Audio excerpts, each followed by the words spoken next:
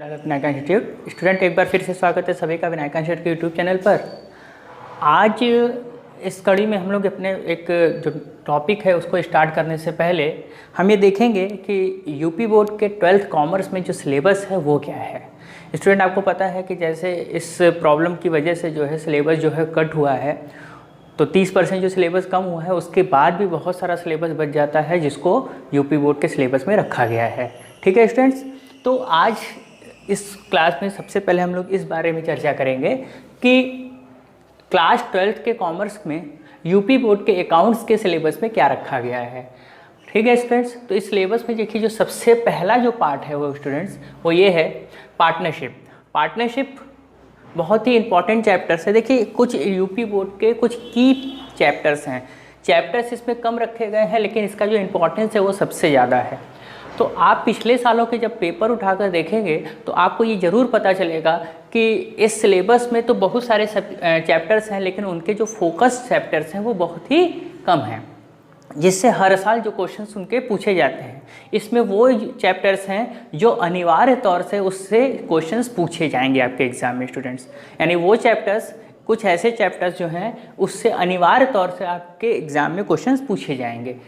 अब पहले हम लोग इस बारे में चर्चा करेंगे आज कि क्या सिलेबस रहने वाला है, यानी सिलेबस क्या रहेगा। तो उस सिलेबस की कड़ी में जो सबसे पहला इंपॉर्टेंट पार्ट है वो है स्टूडेंट्स पार्टनरशिप। देखिए पार्टनरशिप में जो यानी साझेदारी, इसमें आपको 4 स्टेप्स में पढ़ने हैं, first, second, third and fourth. तो फर्स्ट स्टेज में जो आपको पढ़ना है उसका इंट्रोडक्शन पढ़ना है स्टूडेंट।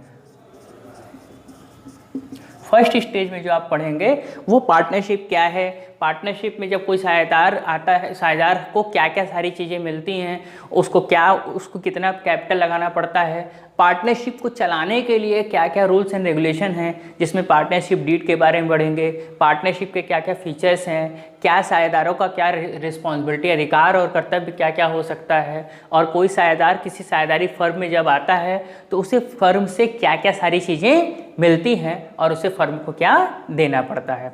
तो ये सामान्य परिचय है। इसके साथ साथ उसका प्रॉफिट शेयरिंग रेशियो क्या होगा स्टूडेंट्स, यानी लाभ हानि अनुपात क्या होगा, किस रेशियो में बांटेंगे, तो ये सारे सामान्य इंट्रोडक्शन पार्ट जो होगा वो फर्स्ट पार्ट में स्टूडेंट्स होगा। सेकंड की बात करते हैं जो है आपके साझेदारी का प्रवेश, यानी admission of partner.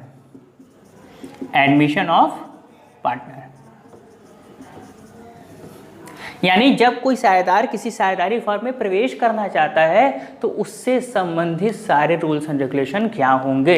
Student, partnership most important आपका चैप्टर है एग्जाम के पॉइंट ऑफ व्यू से, और इससे कंपलसरी यानी अनिवार्य तौर पर आपसे एग्जाम में क्वेश्चन पूछा जाएगा। यानी अनिवार्य तौर से इससे आपके एग्जाम में प्रैक्टिकल क्वेश्चन हो, थ्योरेटिकल क्वेश्चन हो या ऑब्जेक्टिव क्वेश्चन हो, पूछे जाएंगे, और हर साल पिछले सालों के पेपर में आप देखेंगे और पूछे गए हैं।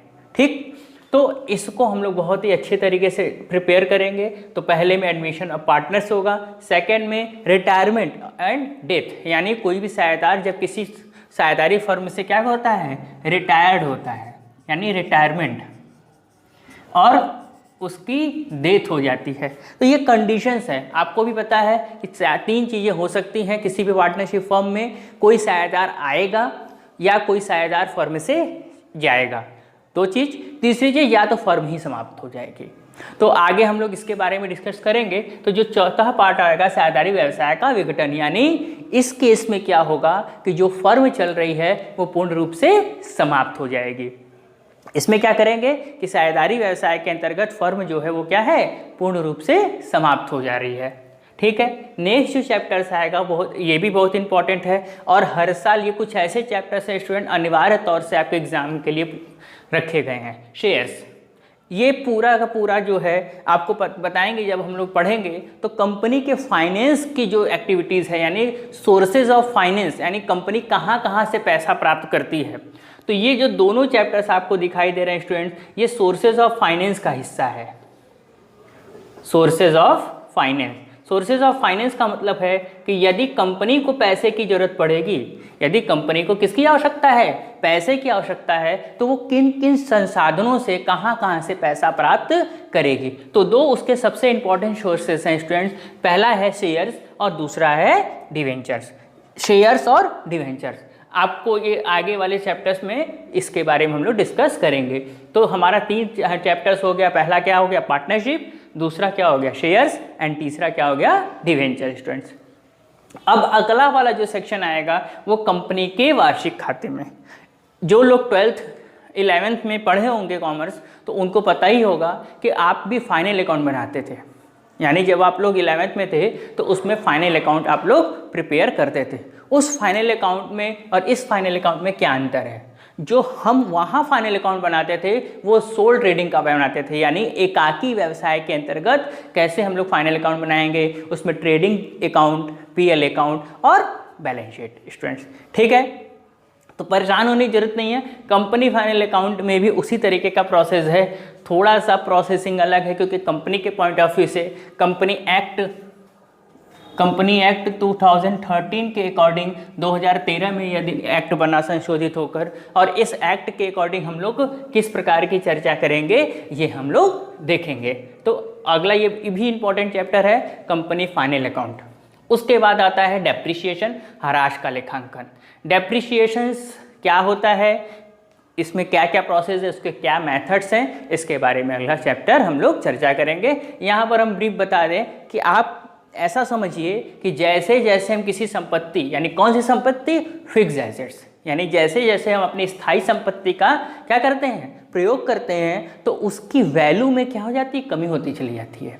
स्थायी संपत्ति का जैसे जैसे हम लोग प्रयोग करते चले जाते हैं उसकी वैल्यू क्या, किस वजह से, यूज़ करने की वजह से। जैसे आप एक एग्जांपल सोचिए स्टूडेंट्स, यदि मान लीजिए आप एक बाइक खरीदते हैं, ठीक है, आप एक बाइक खरीदते हैं, उसको 2 साल चलाते हैं, तो क्या जिस साल आपने बाइक खरीदी, मान लीजिए 70,000 की बाइक खरीदी है, तो क्या 2 साल के बाद भी उसकी वैल्यू उतनी ही रहेगी? नहीं, 70,000 के अगर वैल्यू है तो 2 साल के बाद डेफिनेटली उसकी वैल्यू क्या हो जाएगी, घट जाएगी। तो ये जो घटी वाली वैल्यू है किस वजह से, बाइक का प्रयोग करने की वजह से, यानी इस बाइक का प्रयोग करने की वजह से जो इसकी वैल्यू में क्या हो रही है, कमी आ रही है, उसी को हम लोग डेप्रिसिएशन कहते हैं।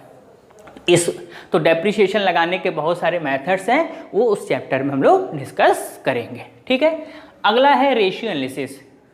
देखिए, जब कंपनी अकाउंटिंग साइकिल की बात हम लोग जब 11th में कर रहे थे तो आपको पता ही है कि अकाउंट कहाँ से स्टार्ट होता है, रिकॉर्डिंग से स्टार्ट होता है। अकाउंटिंग कहाँ से स्टार्ट होता है, रिकॉर्डिंग से। Record, classification, summary, analysis, interpretation.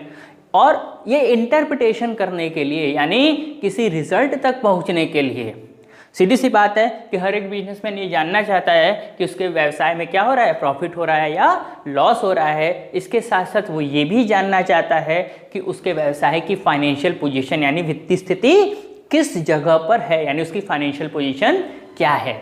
ठीक है, इसके लिए वो किस संसाधन का प्रयोग करता है, रेशियो एनालिसिस का प्रयोग करता है।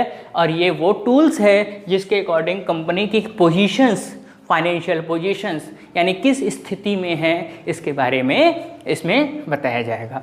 अब उसके बाद कुछ ऐसे ऑर्गेनाइजेशन हैं जो व्यवसाय नहीं करते, यहाँ लिखा हुआ है गैर व्यापारिक संस्थाओं के लेखे, जिसको नॉन ट्रेडिंग ऑर्गेनाइजेशन कहते हैं। क्या कहते हैं, नॉन ट्रेडिंग ऑर्गेनाइजेशन कहते हैं स्टूडेंट्स। ठीक है, तो गैर व्यापारिक संस्थाओं के लेखे नॉन ट्रेडिंग ऑर्गेनाइजेशंस।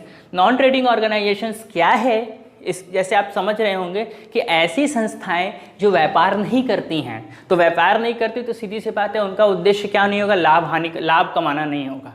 यानी वे संस्थाएं जिनका व्यवसाय में क्या होता है, लाभ कमाने का उद्देश्य नहीं होता है, ऐसी संस्थाएं जिनका उद्देश्य क्या नहीं होता है, लाभ कमाना नहीं होता है, वे संस्थाएं क्या कहलाती हैं, गैर व्यापारिक संस्थाओं के लेखे उसके अंतर्गत होंगे। इसमें क्या क्या आएगा, जैसे मान लीजिए हॉस्पिटल आ गया, स्कूल आ गया, ये ऐसी संस्थाएं हैं जो नॉन ट्रेडिंग ऑर्गेनाइजेशन के अंतर्गत आती हैं। किसके अंतर्गत आती हैं, नॉन ट्रेडिंग ऑर्गेनाइजेशन के अंतर्गत स्टूडेंट्स आती हैं। और जो लास्ट चैप्टर्स है वो है इन्वेस्टमेंट, तो विनियोग, इसके बारे में लास्ट में हम लोग पढ़ेंगे। तो एक चैप्टर्स आपके एग्जाम में के पॉइंट ऑफ व्यू से था जिसको समाप्त कर दिया गया है, यानी वो चैप्टर्स का नाम है कॉस्ट, लागत। के लेखे। इस चैप्टर को 30% सिलेबस के अकॉर्डिंग समाप्त कर दिया गया है, ये आपके सिलेबस में इस बार नहीं है।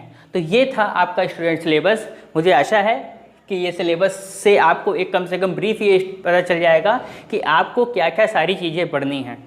इसमें देखिए चैप्टर्स बहुत ज़्यादा नहीं हैं, पार्टनरशिप, शेयर्स, डिवेंचर्स, उसके बाद आप कंपनी का final account, depreciation, ratio analysis, non trading और इन्वेस्टमेंट, ये चैप्टर्स हैं जिसमें सबसे ज़्यादा इंपॉर्टेंट आपको पार्टनरशिप पे फोकस करना है, शेयर डिवेंचर पे, कंपनी के फाइनल अकाउंट पे और रेशियो एनालिसिस पे। ऐसे एग्जाम के पॉइंट ऑफ व्यू से सारे चैप्टर्स इंपॉर्टेंट हैं, लेकिन इन चैप्टरों पे आपको विशेष तौर पर फोकस करना है, क्योंकि आपके सिलेबस में स्पेसिफिक तौर पर लिखा हुआ है कि इन चैप्टरों से अनिवार्य तौर पर प्रश्न आएंगे आपके एग्जाम में। इसका मतलब क्या हुआ कि अनिवार्य तौर पर आपको ये पढ़ना है और इससे आपको प्रैक्टिकल मिलेगा। आप अगर पिछले सालों के पेपर में देखेंगे तो आपसे रेशियो एनालिसिस से और इन्वेस्टमेंट से कोई भी प्रैक्टिकल नहीं पूछा गया है। पिछले 2-3 सालों के पेपर अगर आप देखेंगे तो इन चैप्टरों से रेशियो एनालिसिस और इन्वेस्टमेंट से आपके प्रैक्टिकल नहीं पूछा हुआ है, लेकिन ऐसा नहीं है कि इससे पूछा नहीं जा सकता है।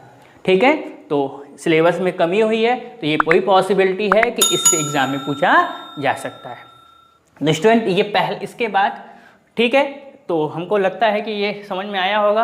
आप एक बार इसका स्क्रीनशॉट ले लीजिए और उसके बाद स्क्रीनशॉट ले लीजिए और इसको अपने कॉपी में नोट कर लीजिए। ठीक है स्टूडेंट्स, इसको स्क्रीनशॉट ले लीजिए।